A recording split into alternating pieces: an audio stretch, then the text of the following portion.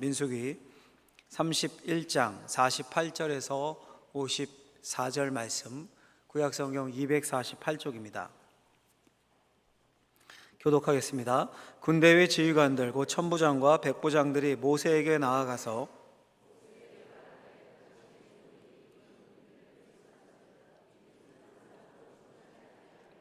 우리 각 사람이 받은 바 금 패물 곧 발목걸이, 손목걸이, 인장반지, 귀걸이, 목걸이들을 여호와께 헌금으로 우리의 생명을 위하여 여호와 앞에 속죄하려고 가져왔나이다.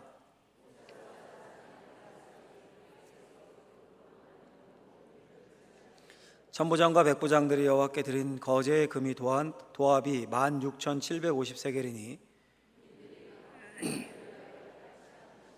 같이 있습니다. 모세와 제사장 엘르아살이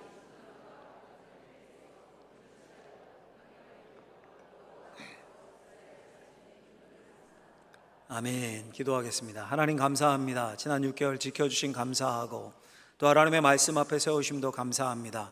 이 시간 하나님의 은혜가 충만하게 임하는 시간이 되게 하여 주옵소서. 예수님의 이름으로 기도하옵나이다. 아멘. 여러분, 오늘 감사 스위치라는 제목으로 하나님 말씀을 전하고자 합니다. 언젠가 저희 방에 불이 전등이죠, 들어오지 않는 겁니다. 다른 방은 다 켜지는데 봤더니 스위치가 고장이었습니다. 여러분, 가만 보면 이 스위치가 별것 아닌 것 같죠. 인터넷에서 뒤져서 구매하면 2-3천 원이면 삽니다. 그런데 스위치가 고장이 나면, 접속이 불량이면 전등 불이 안 들어옵니다. 컴퓨터 전원도 여러분 어떻습니까? 연결되어 있어도 누르는 스위치가 접속 불량이고 고장이면 아무리 전원 연결되어 있어도 컴퓨터 안 켜집니다. 모든 전자기기들 제품들 다 똑같죠. 별것 아닌 것 같은 버튼 하나 고장나면 컴퓨터도 텔레비전도 밥솥도 심지어 자동차도 요즘은 이제 버튼 키잖아요. 작동을 시킬 수가 없습니다. 근데 가만 생각하면 우리 삶의, 그리스도인들의 삶의 감사가 마치 스위치 같습니다. 감사 스위치를 늘 온으로 해놔야, 오프가 아니라 온으로 해놔야 그리스도의 삶이, 그리스도인의 삶이 제대로 작동합니다. 하나님의 은혜가 진짜 은혜가 됩니다. NGO 단체 중 하나인데요, 월드비전이라는 곳에서 19세 이상의 크리스천 1000명을 대상으로 감사 생활을 조사한 적이 있습니다. 약 2년 전 통계인데요, 감사의 중요성, 감사가 중요하다라고 생각하는 사람이 96%에 달했습니다. 매우 중요하다가 74.8%, 약간 중요하다가 21.3%. 설문조사에서 여러분 96%, 이거 압도적인 거죠.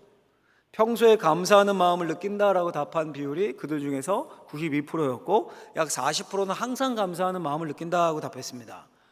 감사해야 하는 이유를 물었을 때 감사를 통해 삶이 달라지고 감사를 통해 어려움을 이겨낼 수 있다라고 답한 사람이 가장 많았습니다. 그러니 그리스도인들, 그러니까 신앙에 있어서 감사가 얼마나 중요한지를 다 알고 감사의 힘이 이 그리스도인들을 지탱해 가고 있는 겁니다. 자, 여러분, 그러면 과연 그 감사하고 있는 그 마음을 얼마나 밖으로 표현을 할까요? 감사를 표현하는 비율은 72.2%였습니다. 70%, 꽤 높은 거죠, 그래도. 근데 96%가 감사가 중요하다고 했는데 갑자기 뚝 떨어져요. 25%가 나왔습니다. 이 조사를 보고 이런 생각이 들었습니다. 감사가 중요하다고 생각해요. 맞습니다. 그리고 감사하는 마음도 같습니다. 그게 그리스도인들입니다. 그건 마치 방에 전기가 흐르고 있는, 전기가 연결된 것과 같습니다. 컴퓨터에 전원 코드가 꽂아 있는 거야, 연결이 되어 있는 겁니다. 근데 감사를 표현하지 않는다면 그건 전원 스위치가 온이 아니라 오프에 놓여 있는 겁니다. 아니면 전원 스위치가 고장난 것일 수도 있습니다.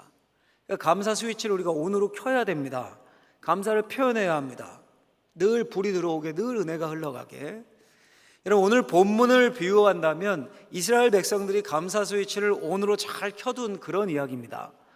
본문을 살펴보기에 앞서서 일단 중요한 것은 감사 스위치를 우리가 온으로 올리기 전에 기본적으로 감사의 이유가 있겠죠. 이유가, 예를 들면 집에 스위치를 켜기 전에 전등에 불이 들어오면 일단 전기가 흘러야 되잖아요.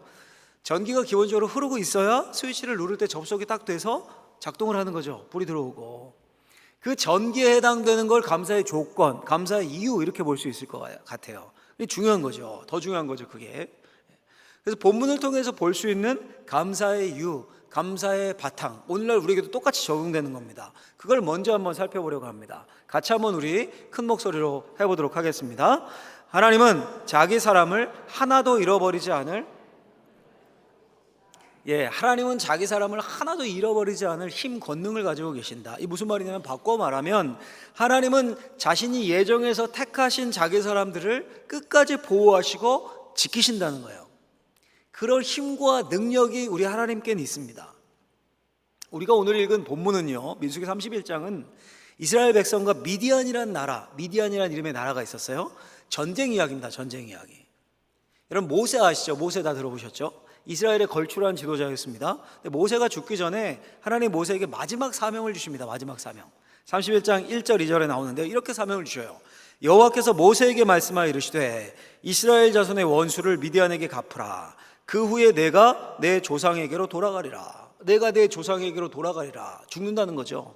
근데 죽기 전에 이스라엘의 원수 미디안을 치라는 거예요. 전쟁하라는 거예요. 하나님이 뭐 싸우는 거 구경 좋아하셔서 이러시는 겁니까? 싸움을 좋아하시는 분입니까? 그게 아니라 하나님이 제일 싫어하시는 게 뭐냐면 우상숭배입니다. 우상숭배.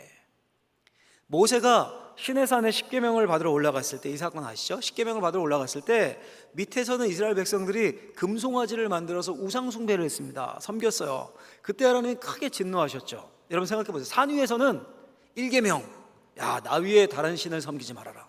2계명, 새긴 우상을 만들지 말아라. 쫙 이렇게 주시고 계신데 밑에서는 그 말씀에 정면으로 위배되는 그 짓거리들을 하고 있으니까 하나님이 진노하실 만하죠. 모세 아니었으면 이스라엘 백성들이 전멸할 뻔했던 그런 위기였습니다. 이게 출애굽 1세대들에게 있었던 일이에요. 그런데 이제 출애굽 2세대들, 그 다음 세대들이 약속의 땅인 가나안을 앞에 두고 똑같은 짓을 벌입니다. 똑같은 짓을. 일명 바알보올 사건이라고 불리는데요, 모압 미디안 여인들과 음행을 해요. 음란하게 막 성적 관계를 하고, 그리고 그 여자들에게 홀려서 꼬임에 넘어가서 그들의 신에게 절을 합니다. 우상숭배를 합니다. 금송아지 사건과 유사하죠. 똑같죠. 그래서 하나님이 크게 진노하셔서 전염병이 쫙 한꺼번에 돌아서 자그마치 24,000명이 죽습니다. 별로 안 놀라시는데 24,000명에, 여러분 제가 찾아보니까 울산이 이 코로나19로 지난 3년 동안 몇 명이 사망하셨는지 아십니까?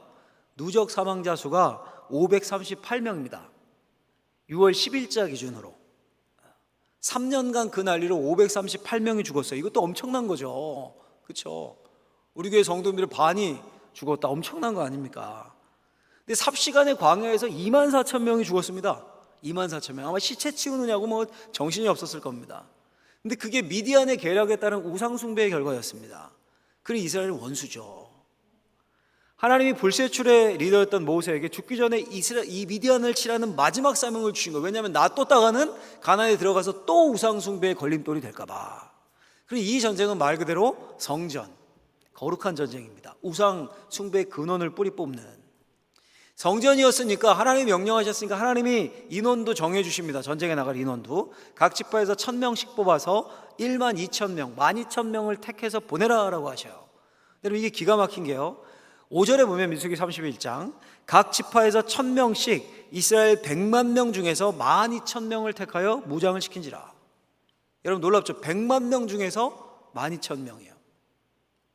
전쟁은 게임이 아닙니다. 죽고 사는 문제입니다.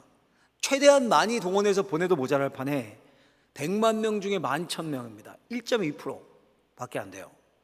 최대한 동원해서 10%, 20% 아니 30% 병력을 동원해도 시원찮을 판에 1% 뽑아서 보냅니다.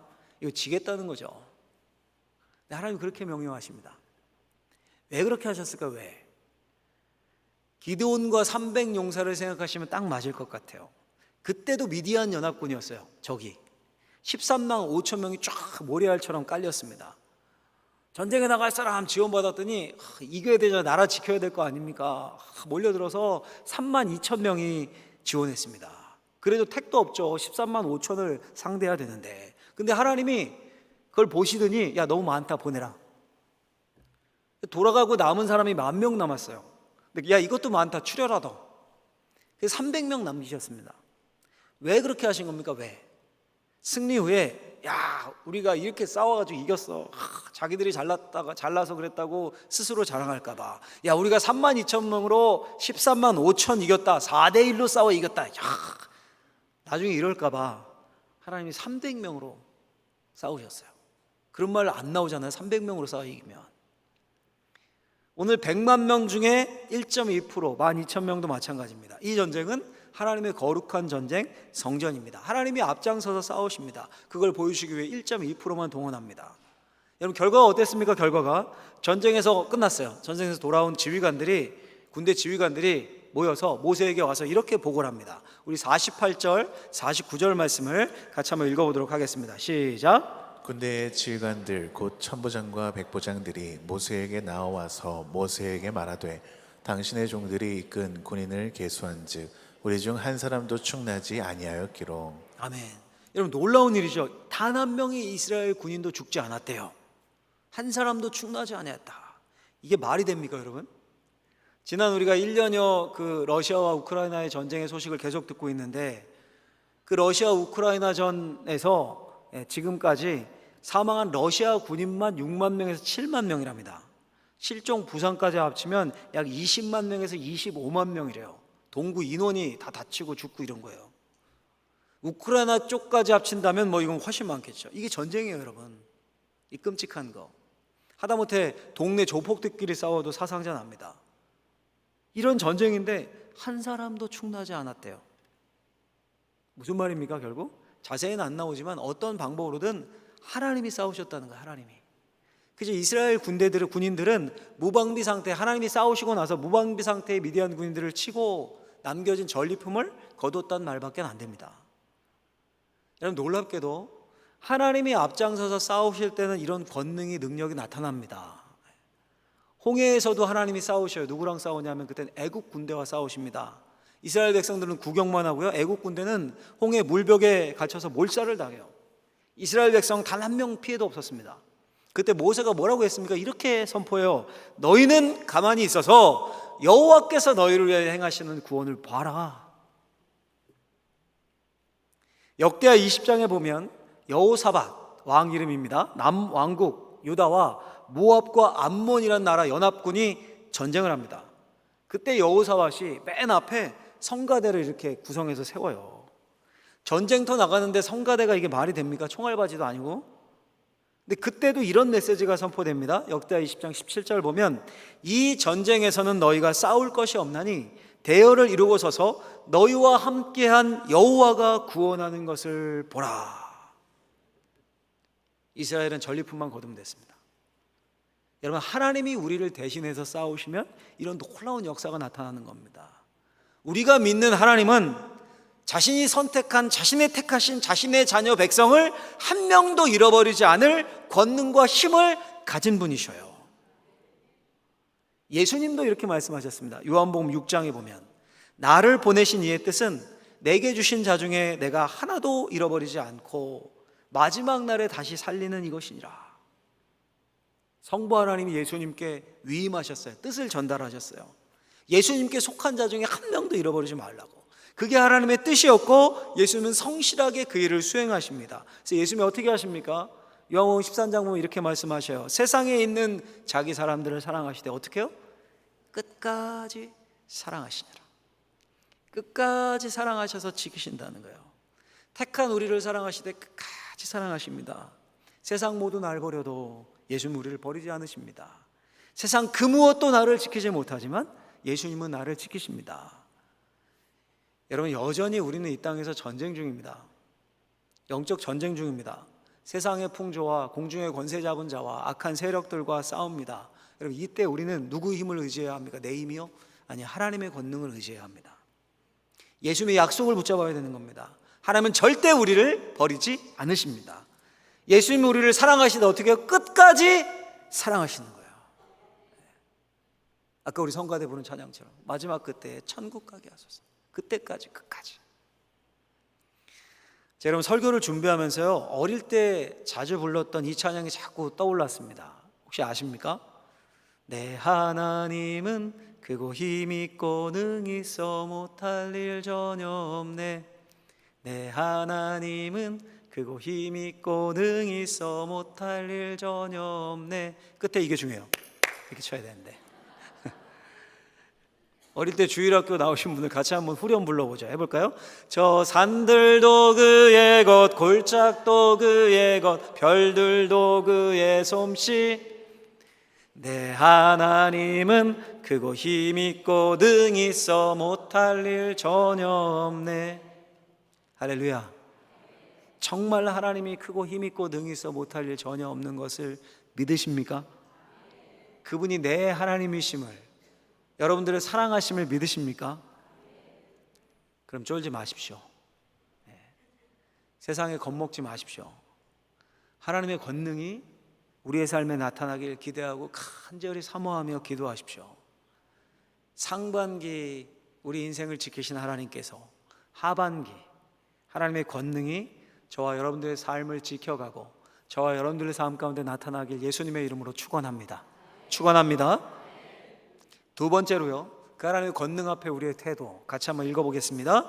하나님의 권능과 은혜에 감사를 표시하는 것은 매우 중요하다.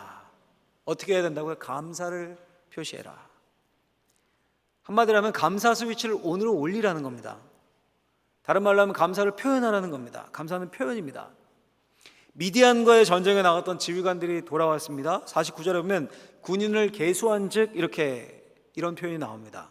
와서 인원수를 계수한 거예요. 파악한 겁니다. 싸울 때는 몰랐을 것 같아요. 아마 나름 치열했을 수도 있습니다. 근데 계수해보니까 세보니까 한 명도 죽지 않은 거예요. 죽나지 않았습니다. 전사자가 없어요.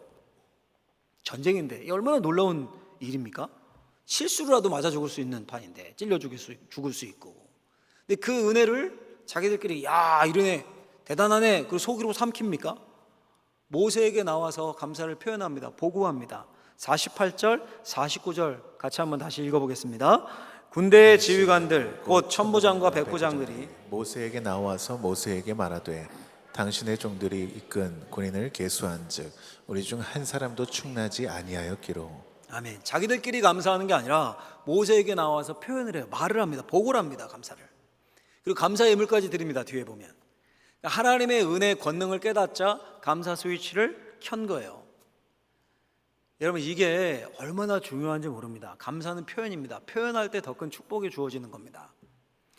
누가복음 17장에 보면요 10명의 나병 환자 이야기가 나옵니다. 나병은 전염병으로 사람들과 같이 하면 안 되는 부정한 그런 병이었습니다. 따로 격리되어서 살아야 됐고 사람이라도 근처에 이렇게 지나가고 가까이 오면요 옮으면 안 되니까 입을 가리고 표현을 해야 됐어요. 부정하다 부정하다. 자기가 나병 걸린 부정한 사람이다 부정한 사람이다 이 말이죠. 가까이 오지 못하게. 그 비참한 인생이죠. 비참한 인생. 근데 어느 날 예수님이 지나가신다는 소리를 듣습니다. 그리고 나왔는데 가까이 못 오죠. 가까이 못 옵니다. 멀리서 10명이 떼창으로 소리 질러 예수 선생님이여 우리를 불쌍히 여겨주옵소서 소리를 지릅니다. 놀랍게도 그들의 절박함이 통합니다. 예수님이 그 나병 환자들을 고쳐주십니다. 가서 제사장에게 너희의 몸을 보여라. 요즘 표현으로 한다면 의사 선생님들께 나가서 다시 한번 진단 받아봐라 이 말이에요. 근데 가는 도중 10명이 다 깨끗하게 낫습니다. 그들의 반응이 어땠습니까? 그 10명 중에 딱 한 명만 다시 예수님께로 와서 감사를 표현합니다. 그 누가복음 17장 본문에 보면 이렇게 되어 있습니다. 돌아와 예수의 발 앞에 엎드려 감사하니 이렇게 되어 있어요. 그때 예수님이 뭐라고 하십니까? 화면에 떠 있죠. 그 9은 어디 있느냐? 나머지 9은 어디 있느냐? 나머지 9은 받은 은혜에 대해 감사 표현하지 않고 어디 갔느냐? 이 말입니다. 여러분 제가 상상력 동원해서 이 말씀을 곱씹다 보니까 예수님이 감사의 속성과 감사의 핵심을 말씀하시는구나 이런 생각이 들었습니다. 이런 무슨 말이냐 하면 생각해 보십시오. 돌아오지 않았던 그 9명 10명 중 9명 마음에 감사 없었겠습니까? 감사의 마음이 넘치지 않았겠습니까? 천형인 나병을 고침받았습니다. 갑자기 몸에서 나던 막 종기 같은 게 없어지고 진물이 사라지고 새하얀 피부가 됐습니다. 그걸 보고 손으로 만졌어요. 그러면서 아이고 이거 왜 쓸데없이 이거 고쳐주고 그래 이거 그냥 살다 이대로 죽게 놔두지. 이렇게 원망한 사람이 있었겠습니까? 아, 나 나병 환자 때가 좋았는데 그때로 돌아갈래. 이런 생각한 사람 있었겠습니까? 다 감사했겠죠. 와 감탄하면서 소리를 지르며 감사한 마음이었어요. 그랬을 겁니다. 근데 예수님이 그 9은 어디 있느냐? 만약 여러분 감사가 스위치를 올리지 않고 마음으로만으로도 족한 것이라면 예수님이 돌아온 한 사람에게 뭐라고 하셔야 됩니까? 야, 뭐 너 번거롭게 뭐 여기까지 왔냐? 괜한 짓 했네. 나머지 9처럼 그냥 마음으로 감사하고 가면 되지. 뭐 여기까지 왔어. 예수님이 그렇게 하셨습니까? 그렇게 말씀하셨습니까? 아니죠. 나머지 9은 감사를 표현하지 않고 어디 가느냐. 그리고 감사를 표현한 그 한 명에게, 한 사람에게 더 큰 은혜를 내리셨습니다. 일어나 가라. 내 믿음이 너를 구원하였느니라. 병고침을 넘어 구원을 주셨어요. 영생을 주셨습니다. 더 큰 복을 주신 겁니다. 여러분 잊지 마십시오. 감사는 표현입니다. 스위치를 오프가 아니라 온으로 올려야 돼요. 온으로. 여러 시중에 돌아다니는 자기 개발서들을 보면요, 3마디만 잘 표현하면 성공한다라는 말들이 많더라고요. 3마디. 뭐냐 하면 이거예요. 잘 마음에 새기십시오. 감사합니다. 또 하나는 미안합니다. 또 하나는 부탁합니다. 이 3마디만 잘 표현해도 성공을 한대요. 근데 여러분 제가 생각해 보니까 이 3마디를 가장 많이 쓰는 사람들, 어느 나라 사람들입니까? 어느 나라 사람들이 이 말을 가장 많이 씁니까? 미국 사람들이에요. 미국 사람들. 감사합니다 영어로 뭡니까? Thank you. 엄청 많이 하죠. Thank you, thank you. 뭐 말끝마다 Thank you, thank you예요. 미국 사람들. 미안합니다 뭡니까? Sorry. 예. 많이 쓰죠. 부탁합니다. Please. 말끝마다 씁니다. Thank you, sorry, please. 영어 잘 모르는 우리도 Thank you 이렇게 쓸 정도로. 그래서 미국이 잘 사는 것 같아요. 최강대국으로. 그 표현을 하나님이 기뻐하셔서. 그냥 제 생각입니다. 따지지 마십시오. 예. 목사님 그럼 영어 쓰는 나라는 다 잘 살고 최강대국입니까? 이러면 뭐 할 말이 없어요. 근데 어쨌든 영어가 모국어인 나라들이 대체로 잘 살긴 해요. 영국, 캐나다, 뭐 호주 등등. 여하튼 중요한 건 뭐예요? 감사는 표현이라는 거예요. 표현. 이런 말이 있습니다. 감사를 말하면 감사할 일이 생긴다. 10명이 고침을 받았는데 1명만 감사를 말했습니다. 그랬더니 내 믿음이 너를 구원하였다. 더 크게 감사할 일이 생겼죠. 10을 감사했는데 100을 감사했는데 10,000배의 축복을 받은 겁니다. 구원을 주님으로부터 보장받았으니까. 여러분 생각해보세요. 사람들도 그렇지 않습니까? 밥 먹는데 맛있네요. 진짜 정말 감사하네요. 이런 사람에게 너 한 그릇 더 주지, 확뚱하게 똥 씹은 표정으로 막 깨작대는 사람한테 더 주겠습니까? 밥을? 여러분 감사를 표현해야 돼요. 그리고 우리 표현이 우리의 감사의 폭을 넓히는 겁니다. 그럼 하나님이 더 큰 감사 제목을 허락해 주십니다. 할렐루야. 목사님 그래도 감사할 게 좀 있어야죠. 우리 집은 전기가 끊어진 것 같아요. 스위치 눌러도 안 돼요.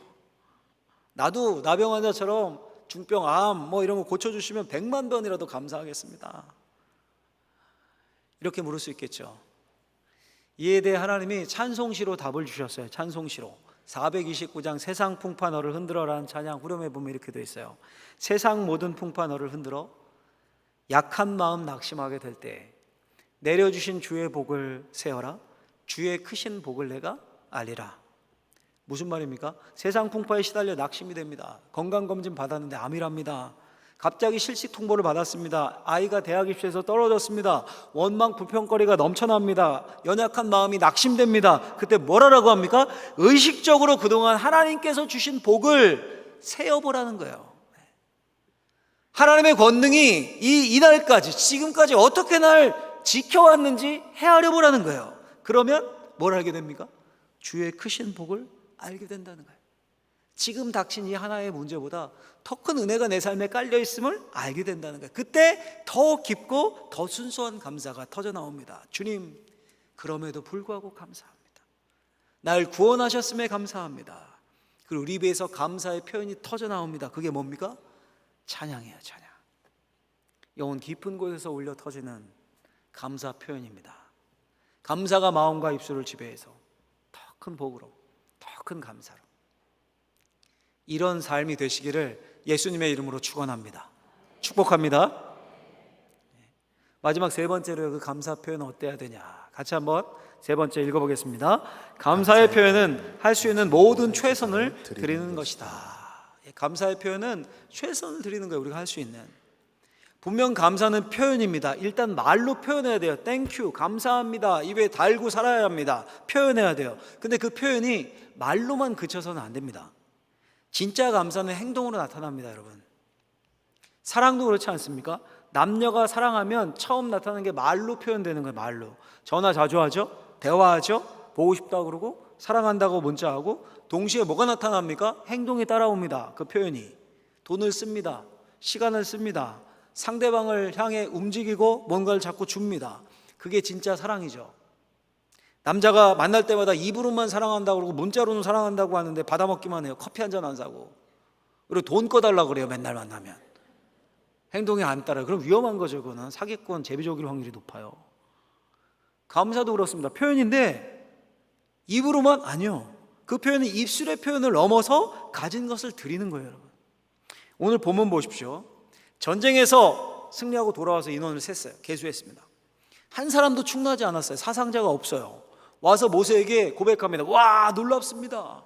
와, 한 사람도 충나지 않았습니다. 감사의 보고를 합니다. 근데 말로만 합니까? 50절 말씀을 보면 우리 가서 읽어볼까요? 50절 말씀 같이 읽겠습니다. 우리 각 사람이 받은 바 금패물 곧 발목고리, 손목고리, 인장반지, 귀고리, 목걸이들을 여호와께 헌금으로 우리의 생명을 위하여 여호와 앞에 속죄하려고 가져왔나이다. 아멘. 하나님께 뭘 했습니까? 헌금을 드렸습니다. 헌금을.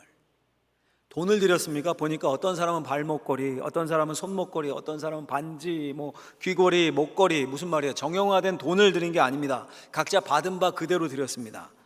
자신들이 갖다 바칠 수 있는 것은 다 헌금으로 갖다 바치면서 감사한 겁니다. 그럼 여러분 궁금하죠? 이스라엘 백성들이 막 자기 있었던 집 팔고 막 재산 팔고 소 팔고 양 팔고 이래가지고 그 모아가지고 갖다 바친 겁니까? 53절 보면 이렇게 되어 있습니다. 군인들이 각기 자기를 위하여 탈취한 것이니라. 무슨 말입니까? 미디안과의 전쟁에서 전리품을 드린 겁니다.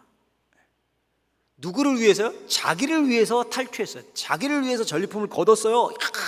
와, 기쁘다. 나를 위해서. 근데 보니까 하나님이 주신 거예요.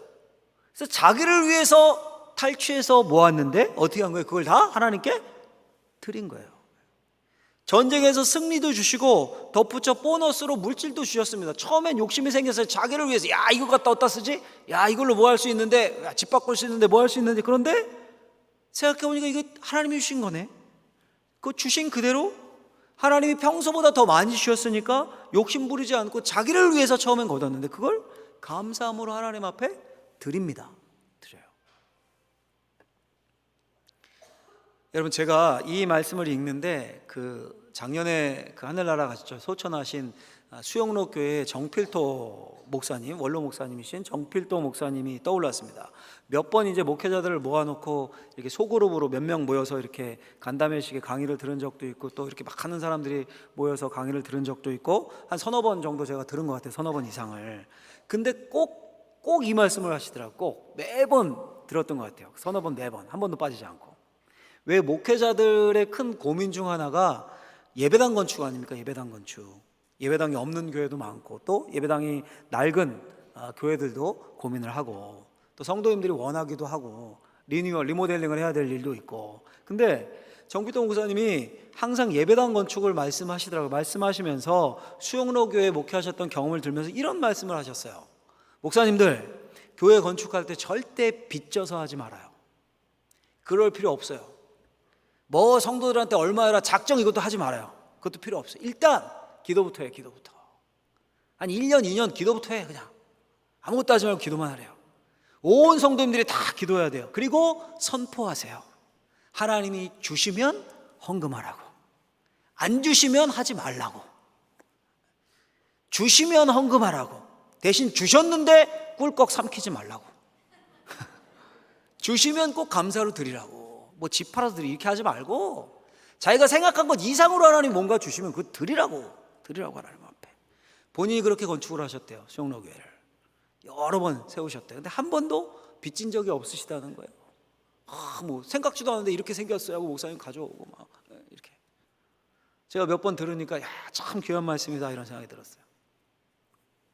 오늘 본문이 그 말씀이잖아요, 여러분. 하나님이 복 주시면 입 씻지 말고 감사하라는 거예요. 처음에는 이기면서 널브러져 있는 막 금고, 귀걸이, 막 반지 이런 거 막 전리품 거두면서 야, 자기를 위하여, 야, 오늘 한 건 했네. 근데 생각해 보니까 이 하나님 주셨네, 감사하네.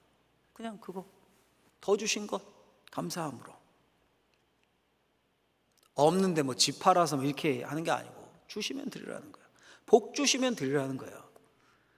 놀랍게 근데 그게 더 큰 감사, 더 큰 복을 가져온다는 겁니다. 재밌지 않습니까, 여러분? 하나님이 주신 것을 그걸 그냥 드렸는데 하나님이 거기다 더 큰 걸 주신대요. 그럼 제가 감히 우리 사랑하는 성도님들에게도 선포합니다. 우리 교회 뭐 예배당 건축할 일 없습니다. 너무 넓고 좋습니다. 그래도 하나님이 주시면 드리십시오. 주시면 내가 생각보다 더 큰 복을 받았다, 주셨다, 그럼 드리십시오. 마음의 소원 이루어 주시고 생각지도 않게 일이 풀리고 헤아려 보니까 정말 받은 복이 크다면 표현하십시오. 그럼 하나님이 더 큰 복을 주십니다. 감사의 선순환이 일어날 수 있게 역사하십니다. 오늘 본문 마지막 절을 보면 이런 말씀으로 끝이 나요. 마지막 절에 보면 여호와 앞에서 이스라엘 자손의 기념을 삼았더라. 기념을 삼았다. 무슨 말입니까? 그 드림이 하나님 앞에 기념이 되었대요. 기념이.